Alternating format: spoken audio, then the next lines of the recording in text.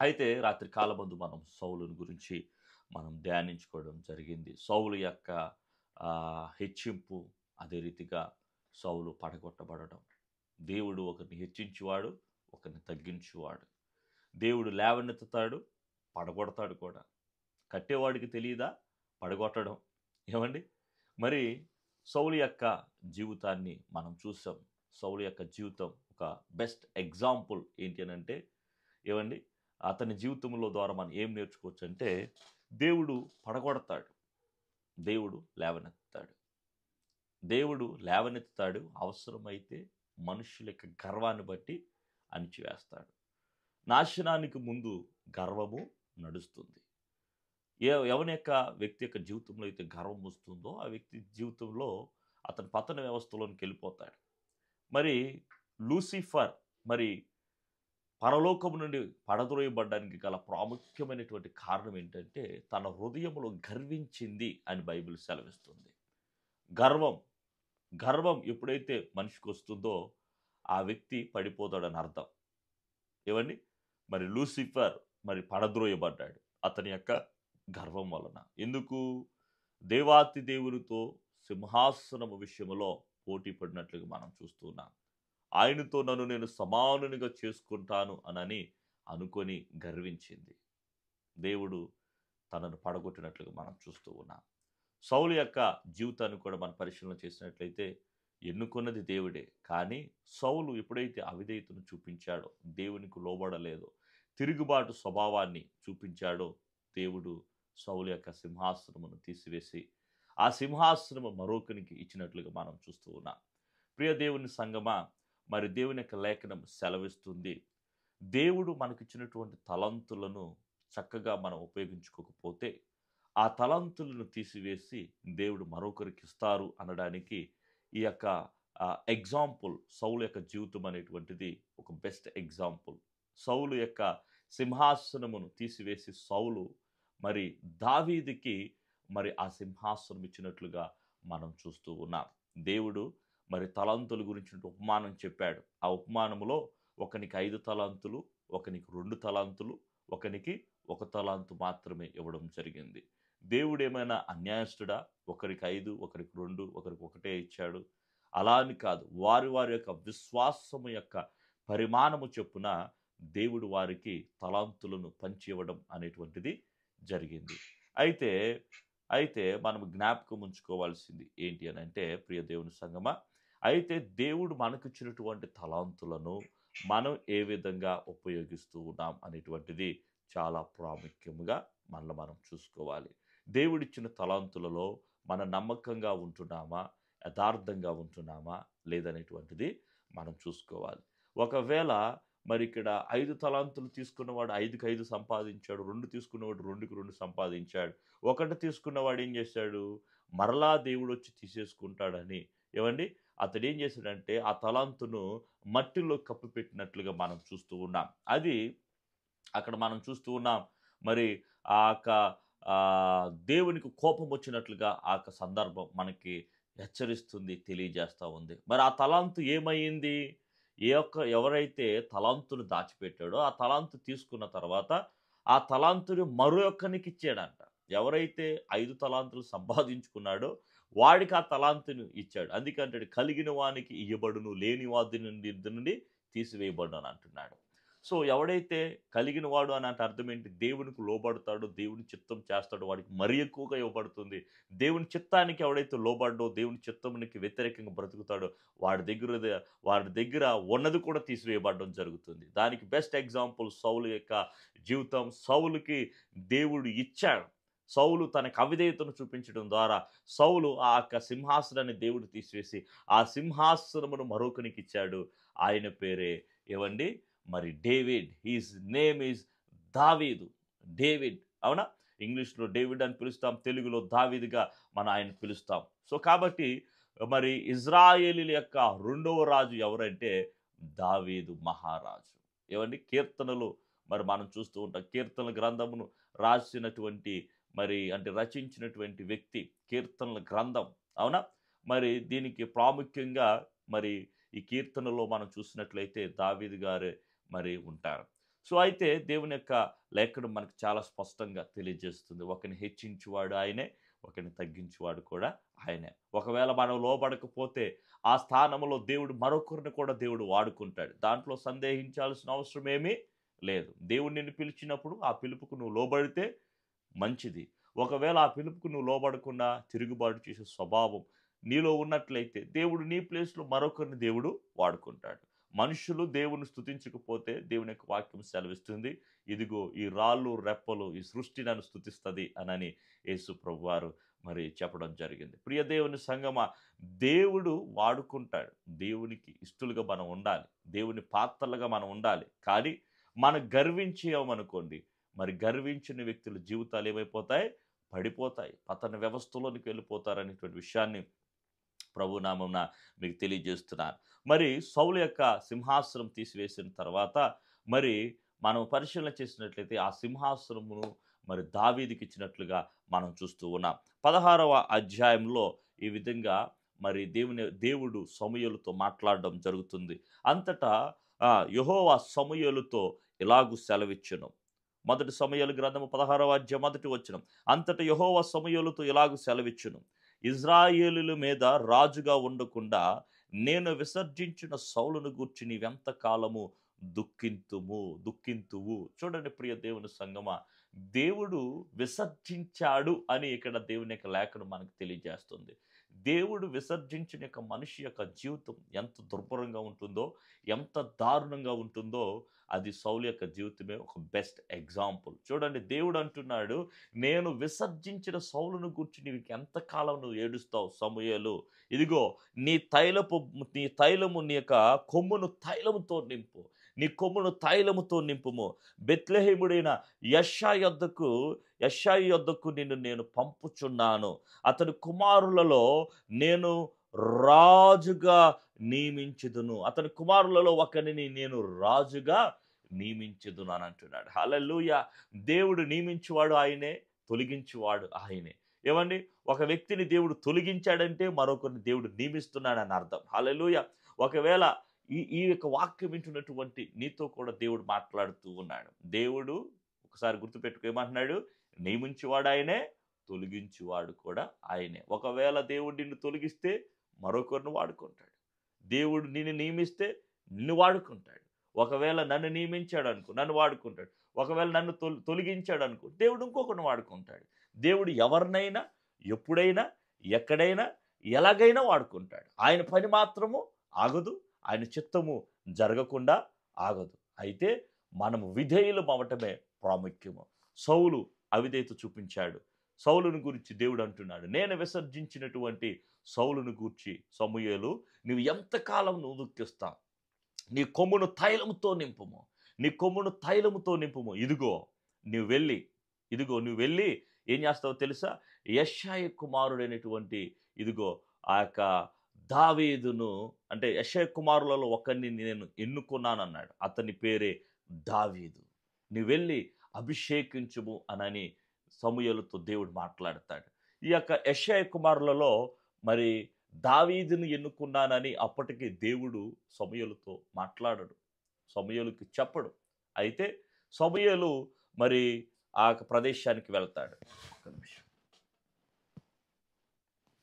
Okay, right. నిన్నటి morning ఒక video నేను పెట్టాను. ఓకే, వాయిస్ రాలా, అందుకే ఒకసారి చెక్ చేస్తున్నాను మళ్ళీ వాయిస్ వస్తుందో లేదో అని. Okay, right. సో ఓకే, ఇప్పుడు సమూయేలు ఏం చేస్తాడంటే, సమూయేలు మరి దేవుడు చెప్పినట్లుగా మరి యెషయాని తన కుమారులను కలవడానికి వెళ్తాడు. చూడండి, 4వ వచనంలో, సమూయేలు యెహోవా ఇచ్చిన సెలవు చొప్పున బెత్లెహేమునకు వెళ్ళెను. ఆ ఊరి పెద్దలు అతని రాకకు భయపడి సమాధానముగా వచ్చుచున్నావా అని అడుగగా అతడు సమాధానముగానే వచ్చి తిని, మీరు శుద్ధులై నాతో కూడా బలికి రండని చెప్పి యెషయిని అతని కుమారులను శుద్ధి చేసి బలి అర్పించును. వారు వచ్చినప్పుడు అతడు ఏలియాబును చూచి, నిజముగా యెహోవా అభిషేకించువాడు ఆయన ఎదుట నిలిచి ఉన్నాడని అనుకొనెను. చూడండి, యెషయి కుమారులలో ఎంతమంది? 8 మంది. ఈ యెషయి కుమారులలో ఏమండి, మొట్టమొదటిగా ఏలీయాబును చూచినప్పుడు సమూయేలు ప్రవక్త బా నిజముగా కోరుకునిన యెహోవా కోరుకునిన వాడు ఇతడే అని తన హృదయంలో అనుకున్నాడంట. ఎందుకంటే మేబీ అతని యొక్క హైట్, అతని యొక్క వెయిట్, అతని యొక్క ఫిట్నెస్, తనకున్న బలం, తనకున్న శరీర దృఢత్వం, ఆ దృఢత్వం, ఆ యొక్క బలాన్ని బట్టి బా రాజుగా ఉండాల్సిన వాడు పర్ఫెక్ట్గా ఉన్నాడు అని మరి సమూయేలు తన హృదయంలో అనుకున్నాడంట. ఏలీయాబును చూచి నిజముగా యెహోవా అభిషేకించువాడు ఆయన ఎదుట నిలిచి ఉన్నాడని అనుకొనెను. అయితే యెహోవా సమూయేలుతో ఇలాగ సెలవిచ్చును, అతని రూపమును అతని ఎత్తును లక్ష్య పెట్టకము. అతని రూపమును ఎత్తును లక్ష్య పెట్టకము. మనుషులు లక్ష్య పెట్టు వాటిని యెహోవా లక్ష్య పెట్టడు. మనుషులు ఏ వేటినికైతే ప్రాముఖ్యతనిస్తారో వాటిని యెహోవా ఏం చేయడంట, వాటికి ప్రాముఖ్యతను ఇవ్వడు. సమూయేలుతో అంటున్నాడు, మనుషులు లక్ష్య పెట్టు వాటిని యెహోవా లక్ష్య పెట్టడు.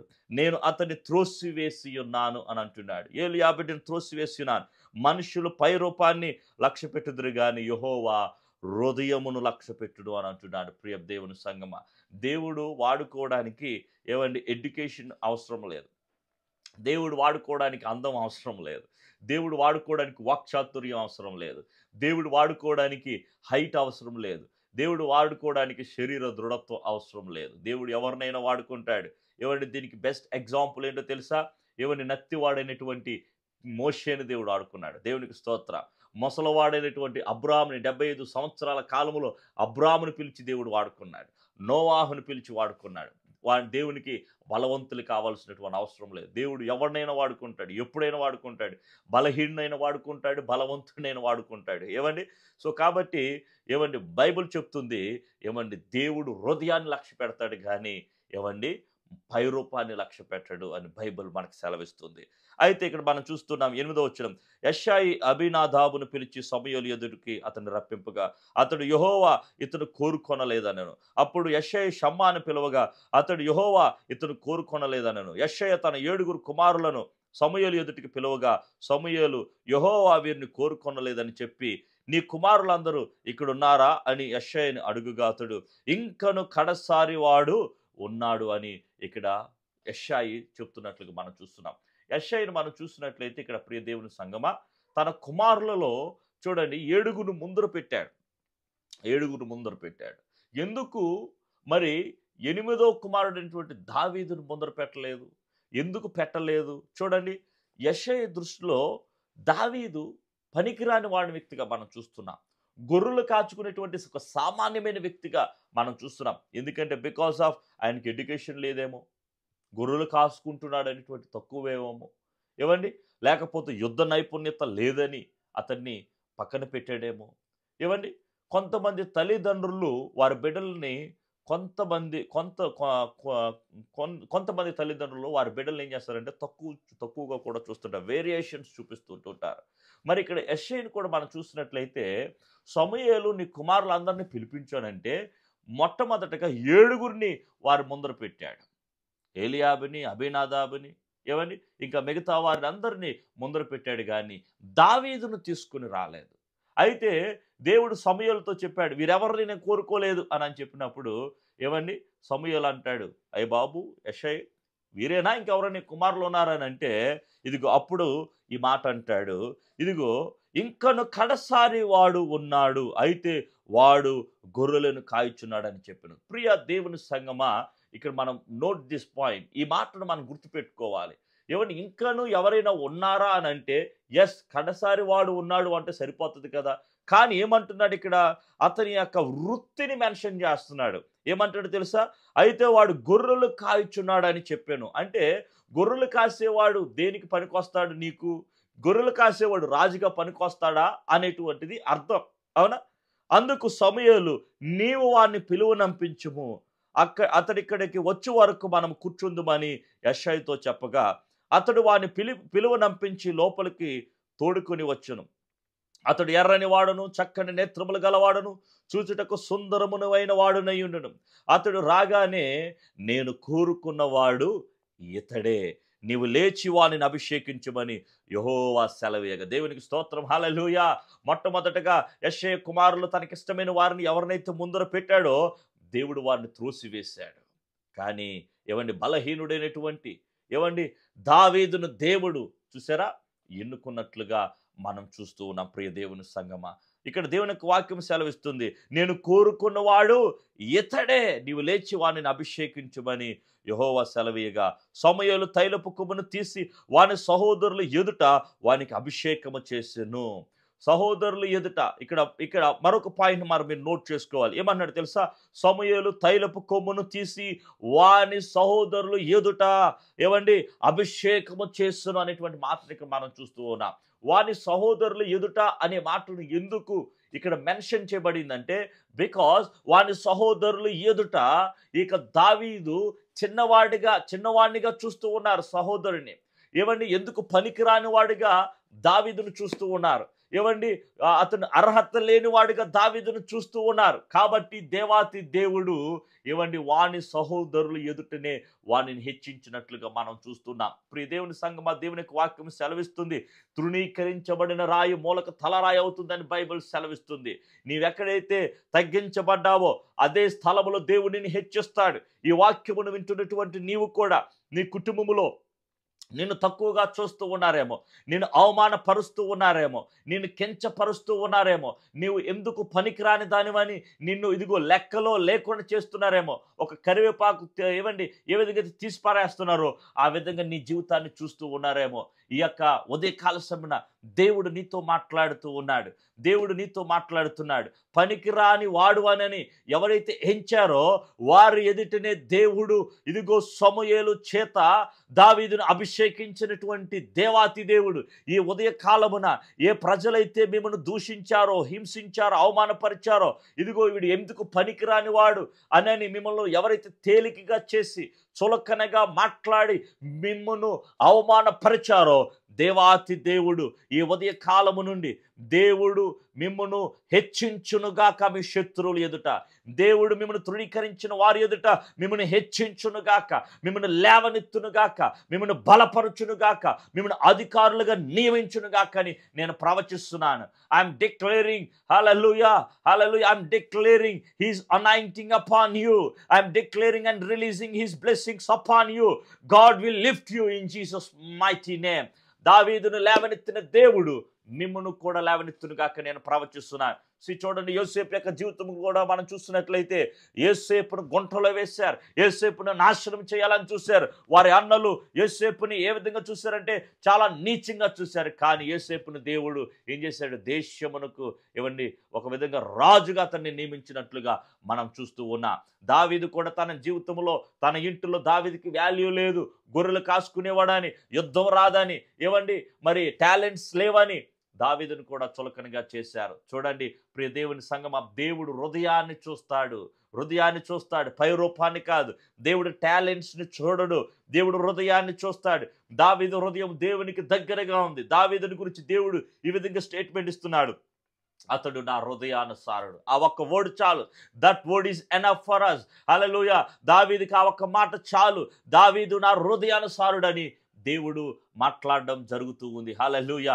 ప్రియ దేవుని సంగమా, ఏమండి ఉద్యోగ నైపుణ్యత మనకు ఉండాల్సిన అవసరం లేదు దేవుడు వాడుకోవడానికి, దేవుడు మనం చూస్ చేసుకోవడానికి. దావీదుని దేవుడు ఎన్నుకున్నాడు అతని హృదయాన్ని బట్టి. హల్లెలూయా. చూడండి, కాబట్టి దేవుడు సమూయేలు తైలపు కొమ్మును తీసి వాని సహోదరులు ఎదుట వానికి అభిషేకము చేస్తున్న నాటి నుండి యెహోవా ఆత్మ దావీదు మీదకి బలముగా దిగివచ్చును. తర్వాత సమూయేలు లేచి రామాకు వెళ్ళిపోయినటువంటి మాటను ఇక్కడ మనం చూస్తూ ఉన్నాం. ఈ యొక్క మాట నేను ఎందుకు చెప్తున్నానంటే తెలుసా, దేవుడు అహంకారులను ఎదిరించి దీనిలో కృపణిస్తాడు. దేవుడు అహంకారులను ఎదిరించి దీనిలో కృపణిస్తాడు. ఏవండి సౌలుని ఎన్నుకున్నాడు దేవుడు, కానీ సౌలు తన అహంకారమును చూపించాడు, గర్వమును చూపించాడు, అవిధేయతను చూపించాడు, లోబడనొల్లని స్వభావాన్ని చూపించాడు. కాబట్టి సౌలు యొక్క సింహాసనం తీసివేసి సౌలు నా సింహాసనం మీద తప్పించి ఆ సింహాసనం మీదకి మరొక రాజును తీసుకుని వచ్చాడు. ఆ రాజు పేరే దావీదు రాజు. హల్లెలూయా, హల్లెలూయా. ప్రియ దేవుని సంగమా, మరి ఇశ్రాయేలీయుల రెండవ రాజు ఎవరంటే దావీదు. నియమించబడినటువంటి రాజులందరిలో శ్రేష్టమైన రాజు దావీదు. హల్లెలూయా. ప్రియ దేవుని సంగమా, చూడండి దావీదుని ఎన్నుకున్నాడు. తృణీకరించబడిన రాయ మూలకు తలరాయి అవుతుంది. ఏవండి ప్రియ దేవుని సంగమ, మనుషులు పై రూపాన్ని లక్ష్య పెడతారు. వారికి ఏముంది, కారు ఉందా, ఇల్లుందా, ఏమండి, ఇలా మనుషుల్ని లక్ష్య పెడుతూ ఉంటారు. కానీ దేవుడు లక్ష్య పెట్టే విధానం వేరు. దేవుడు లక్ష్య పెట్టే విధానం వేరు. మనం కూడా చాలామంది ఇంపార్టెన్స్ పాస్టర్స్కి ఎలా ఇస్తామో తెలుసా? ఆ పాస్టర్ ఇన్ని సంఘాలు ఉన్నాయండి, ఇంతమంది గొర్రెలు ఉన్నారండి, ఆయన పెద్ద పాస్టర్ అని ఆయనకి గౌరవిస్తూ ఉంటారు. ఏమండి, చిన్న సంఘము నోవాహు వంటి సేవకులు కూడా ఉంటారు. 120 సంవత్సరాలు నోవాహు సువార్త ప్రకటించే ఏ ఒక్క ఆత్మ రక్షించబడలేదు. అతని కుటుంబం మాత్రమే రక్షించబడ్డాది. ఏమండి, చిన్న సేవకులను మరి మనం విమర్శిస్తామా? తప్పు. చిన్న సేవకులను కూడా దేవుడు దృష్టిస్తూ ఉన్నాడు. ఏమండి, సో కాబట్టి we need to give respect everyone. ప్రతి ఒక్కరికి రెస్పెక్ట్ ఇవ్వాలి, ప్రతి ఒక్కరిని గౌరవించాలి. అంతేగాని ఒకరిని హెచ్చుగాను ఒకరిని తక్కువగాను చూడమని బైబిల్ మనకి సెలవివ్వడం లేదు. సో కాబట్టి మనుషులు ఏవైతే లక్ష్య పెడుతున్నారో దేవుడు వాటిని లక్ష్య పెట్టడం లేదు. దేవుడు హృదయాన్ని లక్ష్య పెడుతున్నాడు అనేటువంటి విషయాన్ని ప్రభునామములో మీకు తెలియజేస్తున్నాను. ఒకవేళ మీరు కూడా అదేవిధంగా పరిస్థితిగా వెళ్ళారేమో, ప్రియ దేవుని సంగమా, దావీదుని హెచ్చించిన దేవుడు, దావీదును మన సహోదరులు ఎదుట హెచ్చించిన దేవుడు, దావీదును అభిషేకించిన దేవుడు ఎవరిని నిన్ను కూడా అభిషేకించును గాక. దావీదుని దేవుడు కోరుకున్నాడు కాబట్టి ఎక్కడి నుండి పిలిపించాడో తెలుసా? గొర్రెల దొడ్డులో ఉన్నా కూడా, ఈ మాట మరొకసారి చెప్తూ ఉన్నాను, గొర్రెల దొడ్డులో ఉన్నా కూడా దావీదుని దేవుడు పిలిపించి దావీదుని అభిషేకించాడు. ఒకవేళ నువ్వు ఏ ప్రాంతంలో ఉన్నా, ఏ పట్టణంలో ఉన్నా, ఏ పల్లెలో ఉన్నా, ఏ గ్రామంలో ఉన్నా, ఏ నలుమూలలో ఉన్నా, దేవుడు నిన్ను బయటకు పిలిపించి నిన్ను అభిషేకించి నీ నామమును గొప్ప చేయును గాక, నీ తల ఎత్తును గాక, నిన్ను ఆశీర్వదించును గాక అని ప్రకటిస్తూ ఈ మాటలు ముగిస్తూ ఉన్నాను. God bless you. Praise the Lord. Praise